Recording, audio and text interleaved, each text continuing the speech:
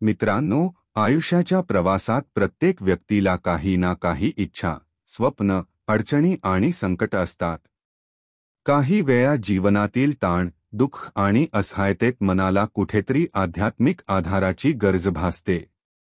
अशा वेळी नवनाथ महाराजांचा स्मरणमार्ग साधकाला केवळ आश्रय देत नाही, तर जीवनाचं ध्येयही दाखवतो. आपण रोज देवाची पूजा, नमस्कार, आरती करतो. पण काही वेळा आपल्या मनात एक प्रश्न येतो, खरंच या सगळ्याने काही बदल होतो का?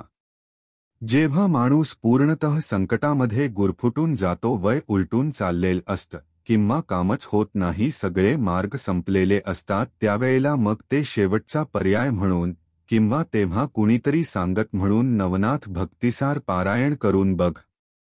चमत्कार घडतो. आता प्रश्न पडतो, हा ग्रंथ इतका प्रभावी का?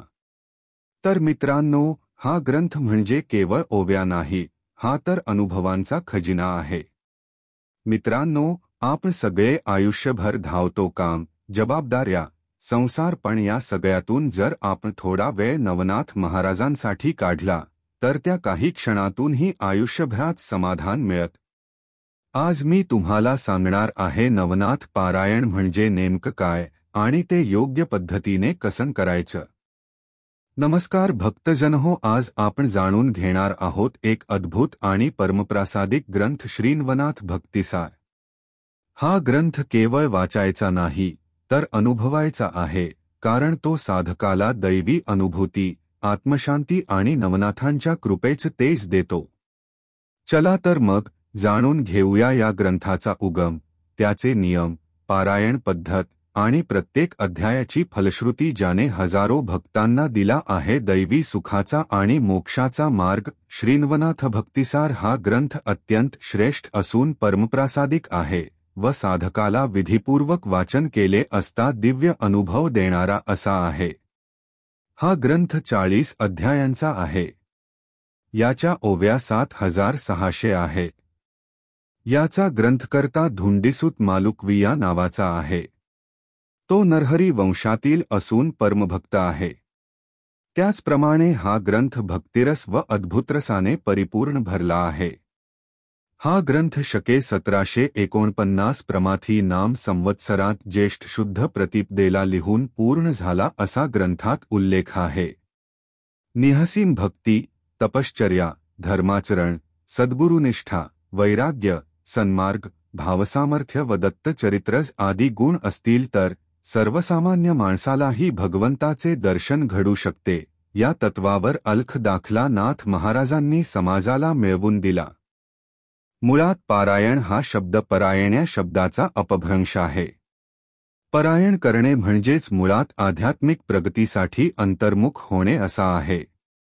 ग्रंथतत्वाचे अंतर्मुखीकरण करून ते आत्मसंयमाद्वारे पचवून आचरणात आणल्यास ग्रंथीसमूहाचा ज्ञान आपल्याला सद्गुरू करवून देतात. त्यासाठी सर्व दत्तभक्तांनी आपले चारित्र्य पवित्र आणि आचरण उत्तम ठेवले पाहिजे. असं म्हणतात की ज्या घरात नवनाथ महाराजांचं पारायण केलं जातं, त्या घरात दुःख, दारिद्र्य, आरोग्य समस्या, करणी बाधा, शत्रुपीडा काहीच ठरत नाही. म्हणूनच आयुष्यात एकदा तरी नवनाथ भक्तिसाराचं पारायण करावंच. जर तुमच्या मनात अचानक पारायण करण्याची इच्छा निर्माण झाली असेल, तर समजा ही नवनाथ महाराजांचीच आज्ञा आहे. भीती बाळगू नका, नियमांच्या अडचणीत अडकू नका. श्रद्धेने सुरुवात करा, मार्ग आपोआप सापडतो. अनेकदा प्रश्न पडतो, महिलांनी नवनाथ पारायण करू शकतात का? उत्तर आहे, नक्कीच करू शकतात. नाथपंथात स्त्री-पुरुष असा भेद नाही. श्रद्धा असली की नवनाथ महाराज स्वतः हात धरतात. केवळ मासिक धर्माच्या काळात वाचन थांबवावं, एवढंच. पण त्या काळात आरती, कथाश्रवण, नामस्मरण करता येतं.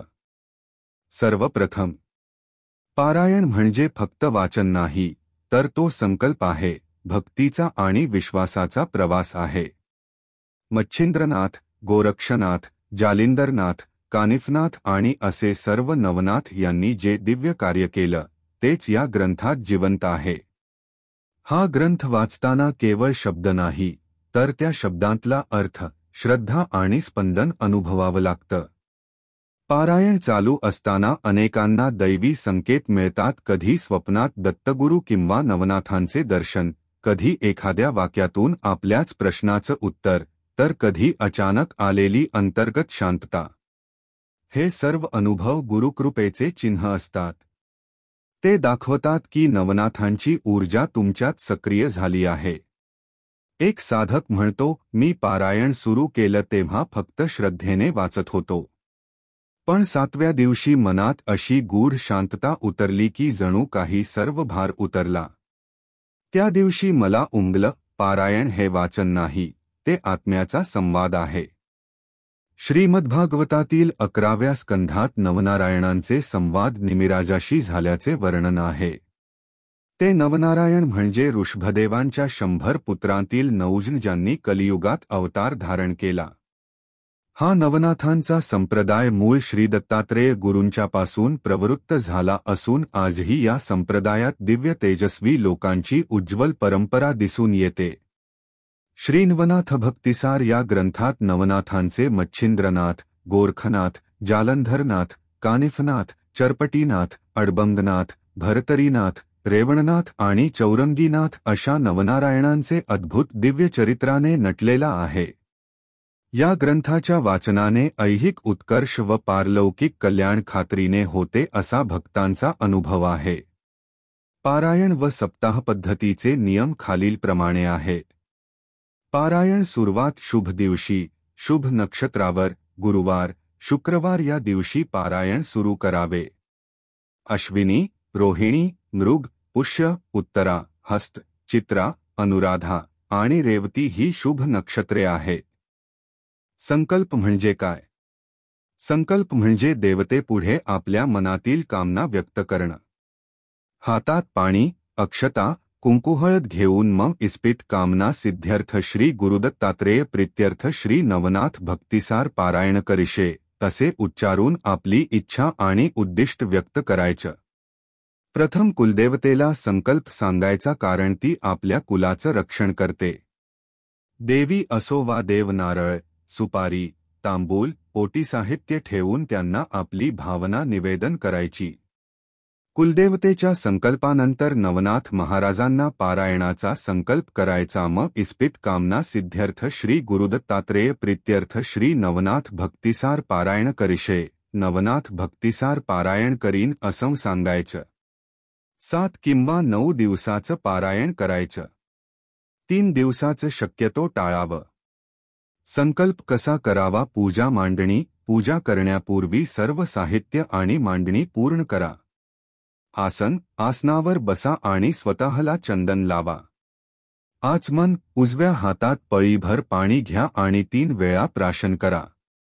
सामग्री, ताम्हणात पाणी घ्या, त्यात हळदी कुंकू, अक्षदा आणि फुलं घाला. उच्चार, तुमचा पूर्ण नाव, गोत्र, महिना आणि दिवस सांगा. इच्छा, तुमच्या पूजेच्या इच्छित कार्याचा उल्लेख करा, जसे की मी तुमचे नाव, कार्य करण्यासाठी हा संकल्प घेत आहे. पाणी सोडा, तुमची इच्छा पूर्ण होवो यासाठी ताम्हणात पाणी सोडा. तर आता आपण पाहिलं संकल्प कसा करायचा. पारायण सुरू करण्याआधी आपल्या कुलदेवतेला नमस्कार करणे हे अत्यावश्यक आहे. कुलदेवता ही आपल्या वंश, घराण्याची रक्षणकर्ती असते. म्हणून सर्वप्रथम तिच्यासमोर ओटी, तांबूल, सुपारी, नारळ अर्पण करून संकल्प सांगायचा. स्त्री असो वा पुरुष, दोघांनाही आपली कुलदेवता मान्य करूनच पुढचा संकल्प घ्यावा. वर सांगितल्याप्रमाणे नवनाथाच पारायण करत आहे असं कुलदेवतेला सांगायचं.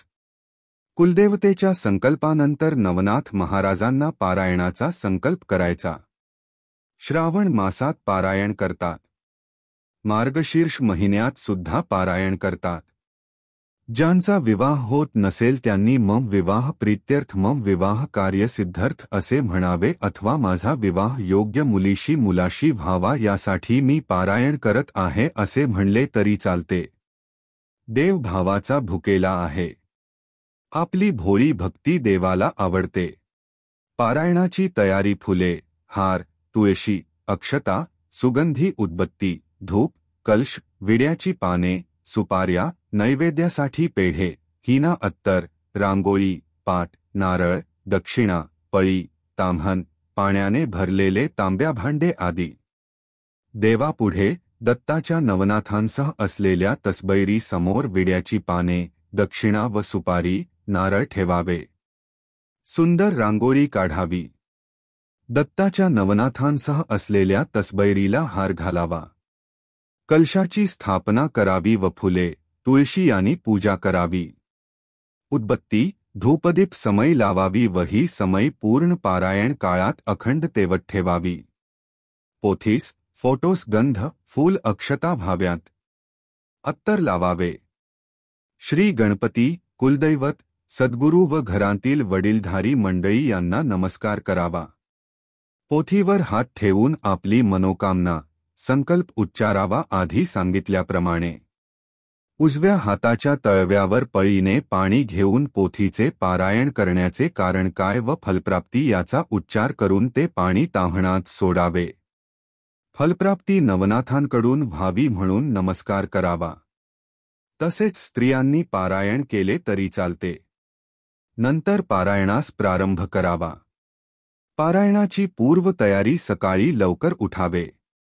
सूर्याला नमस्कार करून ओम चैतन्य गोरक्षनाथाय नमः या मंत्राचा 27 वेळा भक्तीने जप करावा. स्नान करावे. जमल्यास भस्मलेपन करावे. घरांतील देवांची पूजा करावी. गायत्री मंत्राचा 27 वेळा किंवा दिगंबरा दिगंबरा श्रीपाद वल्लभ दिगंबरा या दत्तमंत्राचा 108 वेळा जप करावा. पूर्वेकडे अगर पश्चिमेकडे तोंड करूनच शक्यतो वर पारायणास बसावे. दिनशुद्धी पाहून ग्रंथारंभ करावा. पूर्वेकडे मुख करून ग्रंथवाचनासाठी आसनावर बसावे. चौरंगावर उजव्या बाजूस पाण्याने किंवा धान्याने भरलेला कलश, श्री दत्तात्रेयांची तस्वीर व पोथीपण ठेवावी. गणपतीचे स्मरण करून देवांना व थोर मंडळींना नमस्कार करून ग्रंथाची व श्री दत्तात्रेयांची पूजा करावी. श्री सिद्धिविनायक, कुलदैवत व सद्गुरूचे विडे मांडावेत. विड्यांवर ठेवली जाणारी सुपारी गायत्री मंत्राने अभिमंत्रून घ्यावी. ती आपल्या हृदयाशी धरून अत्यंत भक्तिपूर्वक अंतःकरणातून प्रार्थना करून त्या दैवतास आवाहन करावे. 3 वेळा आवाहन झाल्यावर ती सुपारी त्या विड्यांवर मांडावी. अशा प्रकारे मांडलेल्या विड्यांचे हळद कुंकू, अक्षता, फुले वाहून पूजन करावे. आता मांडलेले ते विडे नसून आमंत्रित दैवते आहेत या भावनेतून त्यांची पूजा रोज करून धूपदीपाने ओवाळणी करावी. दूध, खडीसाखर किंवा फळांचा नैवेद्य दाखवून त्यांना नमस्कार करावा. नैवेद्यासाठी पेढे, दूध, खडीसाखर, शक्य झाल्यास वडे असावे. आसन शुचिर्भूत असावे. ब्रह्मचर्य पाळावे. अध्याय वाचन सुरू झाल्यापासून संपेपर्यंत आसनावरून उठू नये व कोणाशी बोलू नये. पारायण काळात शक्यतो सोवयाने वाचन करावे. पण जर ते शक्य नसेल तर धूत वस्त्र नेसले तरी चालते. रात्री घोंगडीवर झोपावे. प्रतिदिन वाचन झाल्यावर दत्तात्रेयांची आरती करावी. सांगतेसाठी ब्राह्मण, सुवासिनीस भोजन घालावे. ज्यांना सप्ताह वाचनास वेळ नसेल त्यांनी श्रावणासारख्या पवित्र महिन्यात संपूर्ण महिनाभर वाचन करावे. मात्र अध्याय संपूर्ण वाचावा, अपूर्ण अध्याय सोडू नये. काही दिवस 2 अध्याय वाचावे म्हणजे 40 अध्याय 30 दिवसात वाचून होतील. वरील सप्ताह व महिन्याचे पारायण घरी वाचले तरी चालेल. परंतु ज्याला लवकर फळ मिळावे अशी इच्छा असेल त्यांनी गाणगापूर, नरसोबाची वाडी, औदुंबर, माहूर, गिरनार आदी दत्तस्थानांच्या ठिकाणी वाचन करावे. ज्याला समग्र अध्याय वाचण्यास वेळ नसेल त्याने एकतरी ओवी वाचावी व नवनाथांची प्रार्थना करावी म्हणजे मनःकामना पूर्ण होते. जे नियम पहिल्या दिवशी पाळू तेच नियम समाप्तीपर्यंत पाळावेत. सकाळ उत्तर पूजा अक्षता आपल्या हृदयापाशी धरून आवाहन केलेल्या दैवतांना निरोप द्यावा. उत्तरपूजा करतेवेळी भक्तिपूर्वक अंतःकरणातून प्रथम दैवतांचे बोलवल्याप्रमाणे आल्याबद्दल आभार मानावेत. आता आपण जनकल्याणासाठी आपल्या स्थानांवर गमन करावे अशी प्रार्थना करावी व त्या अक्षता त्या विड्यांवर व कलशांवर पुनरागमनाच असे म्हणून वाहाव्यात. कलशातील पाणी आपल्या घरात शिंपडावे व उरलेले पाणी तुळशीत सोडावे. नंतर हे निर्माल्य वाहत्या पाण्यात विसर्जन करावे व संकल्पाचा नारळ त्वरित फोडून तो प्रसाद कुटुंबातील सर्वांनी ग्रहण करावे. पारायण करण्याच्या पद्धती. चक्री पद्धत. यात रोज 1 अध्याय वाचायचा. 40 दिवसात 40 अध्याय पूर्ण होतात. दुसरं म्हणजे 3 दिवसांचं पारायण. यात दिवस 1 ते 13 अध्याय वाचावे. दिवस 2 14 ते 26 अध्याय वाचावे. दिवस 3 27 ते 40 अध्याय वाचावे व उद्यापन करावे. 7 दिवसांचं पारायण करायचे झाल्यास दररोज 6 ते 6 अध्याय वाचावे व शेवटच्या दिवशी 4 अध्याय वाचावे. तसेच 9 दिवसांचं पारायण करायचे झाल्यास श्रावणात विशेष 9 दिवसांत सर्व 40 अध्याय पूर्ण करून उद्यापन करायचं. किंवा दररोज एक निवडक अध्याय वाचायचा. उदा. 5वा, 10वा किंवा 40वा. कल्पतरू. पारायण काळात पाळाव्याचे नियम. 1. दिवसातून 1 वेळ उपवास करावा. त्यावेळेस उपवासाचे पदार्थ खावेत व दुसऱ्या वेळेस चपाती भाजीचा नैवेद्य दाखवून मगच ग्रहण करावा. 2. पारायण काळात बाहेरील पदार्थ खाऊ नये. 3. ब्रह्मचर्य व्रताचे पालन करावे. 4. गादीवर झोपू नये. या काळात चटई, घोंगडी, सतरंजीवर किंवा कांबळ्यावर झोपावे. 5. पारायण काळात सुयर सुतक आल्यास पारायण तेथेच थांबवून दुसऱ्या व्यक्तीकडून त्याचे विसर्जन करा. टीप. श्री नवनाथ पोथीचे पारायण मनात कुठल्याही प्रकारची भीती न बाळगता करावे. हे पारायण स्त्रियांनी सुद्धा करायला हरकत नाही. नवनाथ पोथी पारायणाचे महत्त्व. 1. प्रापंचिक अडचणी दूर होतात. 2. घरात शांती व प्रसन्नता येते. 3. घरातील वास्तूंत किंवा घरातील व्यक्तींस बाह्य बाधा असल्यास ती नाथपोथी वाचनातून निघून जाते. 4. स्वप्नबाधा किंवा प्राकृतिक आजार नाथ कृपेतून दोषमुक्त.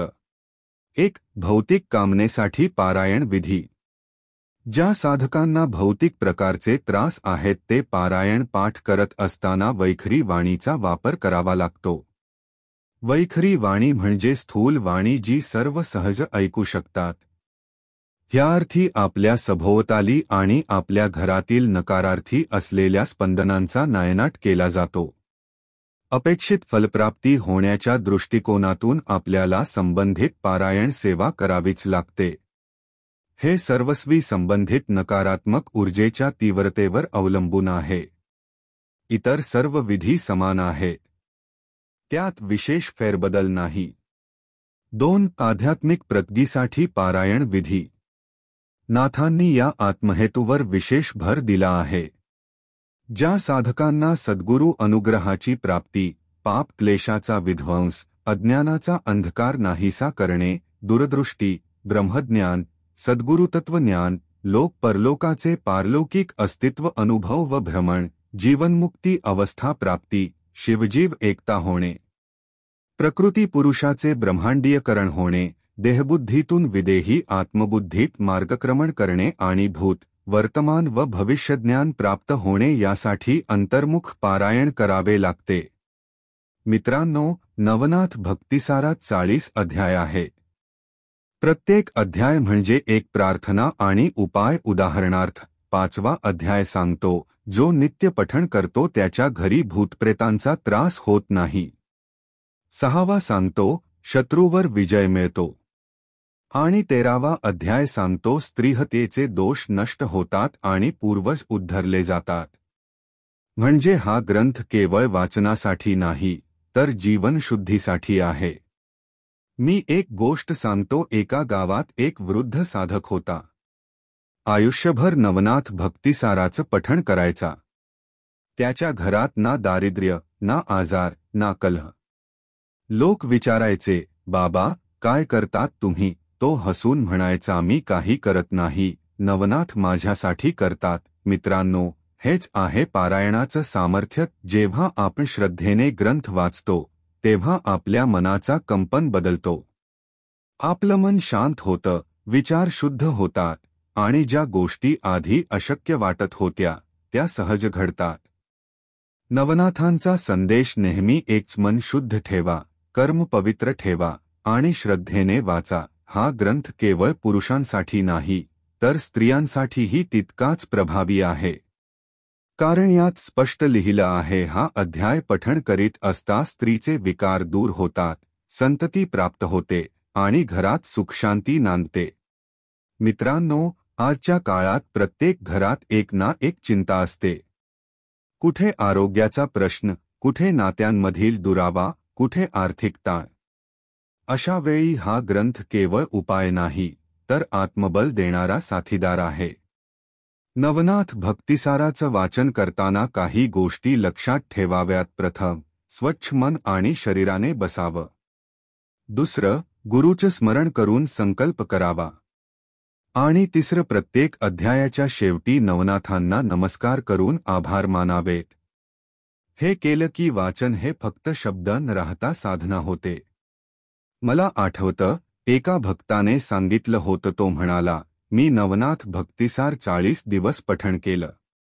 माझं आयुष्यच बदललं. त्याच्या चेहऱ्यावर समाधान, डोळ्यात श्रद्धा आणि मनात शांतता होती. हा अनुभव शब्दांत सांगता येत नाही, फक्त अनुभवता येतो. या ग्रंथाचा शेवट फार सुंदर आहे. जो हा ग्रंथ निंदतो त्याला सुख नाही आणि जो श्रद्धेने वाचतो त्याचं कार्य सिद्ध होतं. म्हणून मित्रांनो, आपण निंदक होऊ नका, श्रद्धावान व्हा, कारण श्रद्धेने वाचलेला एक अध्यायही आयुष्यभराचं सौख्य देतो. आणि शेवटी जेव्हा आपण शेवटची ओवी वाचतो, श्रीकृष्णार्पणमस्तु शुभ भवतु श्रीरस्तु, तेव्हा असं वाटतं जणू नवनाथ आपल्या समोर उभे आहेत आणि म्हणत आहेत, वाचक तू नाहीस, आम्ही आहोत. तू वाचतोयस पण आम्ही तुझं जीवन लिहितो आहोत. मित्रांनो, हा ग्रंथ म्हणजे एक जिवंत साधना आहे. त्यात भक्ती आहे, ज्ञान आहे, अनुभव आहे आणि सर्वात महत्त्वाचं, त्या ओव्यांमध्ये नाथांचा आशीर्वाद आहे. म्हणून सांगतो, एकदा तरी श्रद्धेने पारायण करा. नवनाथ तुमचं नशीब बदलतील हाच माझा विश्वास आहे. कारण प्रत्येक अध्यायामध्ये एक शक्ती आहे. काही ठिकाणी संरक्षणाची, काही ठिकाणी ज्ञानाची, तर काही ठिकाणी आत्मशांतीची. पारायण करणे म्हणजेच मुळात आध्यात्मिक प्रगतीसाठी अंतर्मुख होणे. ग्रंथतत्वाचे अंतर्मुखीकरण करून ते आत्मसंयमाद्वारे पचवून आचरणात आणल्यास ग्रंथीसमूहाचा ज्ञान आपल्याला सद्गुरू करवून देतात. त्यासाठी सर्व दत्तभक्तांनी आपले चारित्र्य पवित्र आणि आचरण उत्तम ठेवले पाहिजे. नवनाथांची प्रार्थना. 1. ओम चैतन्य दत्तात्रेयाय नमः. 2. ओम चैतन्य मच्छिंद्रनाथाय नमः. 3. ओम चैतन्य गोरक्षनाथाय नमः. 4. ओम चैतन्य कानिफनाथाय नमः. 5. ओम चैतन्य जालंधरनाथाय नमः. 6. ओम चैतन्य अडबंगनाथाय नमः. 7. ओम चैतन्य चौरंगीनाथाय नमः. 8. ओम चैतन्य रेवणनाथाय नमः. 9. ओम चैतन्य भरतरीनाथाय नमः. 10. ओम चैतन्य गहिनीनाथाय नमः. 11. ओम चैतन्य नवनाथाय नमः. पारायण समाप्ती. महानैवेद्य: तांदूळ व मूग डाळ याची खिचडी, घेवड्याची भाजी, हरभऱ्याच्या घुगऱ्या, उडदाचे, भाजणीचे वडे, धी, ताक व जोंधळ्याची खीर, आंबील हे पदार्थ करून देवांना व नवनाथांना नैवेद्य दाखवून नातेवाईक, मित्रमंडळी यांसह महाप्रसाद सेवन करावा. पारण्याच्या दिवशी प्रसादासाठी विशेषतः वडे, भरड्याचे, आंबील, ताक, जोंधळ्याची खीर व घुगऱ्या, हरभऱ्याच्या करतात. पारायण सांगतेच्या दिवशी भाजणीचे वडे जेवताना करावे. पारायण पूर्ण झाल्यावर ब्राह्मण, सवाष्ण्यांना जेवाव्यास बोलावून भोजन, विडा व दक्षिणा द्यावी. सोमवारी शंकरास व गुरुवारी दत्तास अभिषेक करावा. पारायण काळातील नियम. 1. वाचन आंघोळ झाल्यावरच करावे. 2. भस्मलेपन कपाळावर, दोन्ही दंडांवर, हृदयाला, गुडघ्यांना करावे. 3. वाचन मनात करू नये. मोठ्याने मध्यम आवाजात करावे. 4. वाचन चालू असताना मध्ये काही बोलू नये. फोन, मोबाईल, टीव्ही बंद ठेवावे. 5. पूर्ण श्रद्धेने, विश्वासाने व एकाग्रतेने वाचन करावे. वाचत असलेला प्रसंग अनुभवावा. 6. पारायण कालात सात्विक अन्नच सेवन करावे. मांसाहार करू नये. शक्यतोवर बाहेरचे काही खाऊ नये. 7. ब्रह्मचर्य पालन करावे. कुठलेही व्यसन करू नये. 8. वाचून झालेल्या अध्यायाचे मनन चिंतन करून नवनाथ सान्निध्य अनुभवावे. 9. शुद्ध आचरण व त्याचे पालन कायिक, वाचिक व मानसिक हे असणे आवश्यक असते. 10. पवित्र तीर्थक्षेत्री, गाणगापूर, नरसोबाची वाडी, औदुंबर, माहूर, गिरनार आदी क्षेत्री केलेले पारायण शीघ्र व विशेष फलदायी होते. पारायण पूर्ण झाल्यावर 10व्या दिवशी उद्यापन करावं.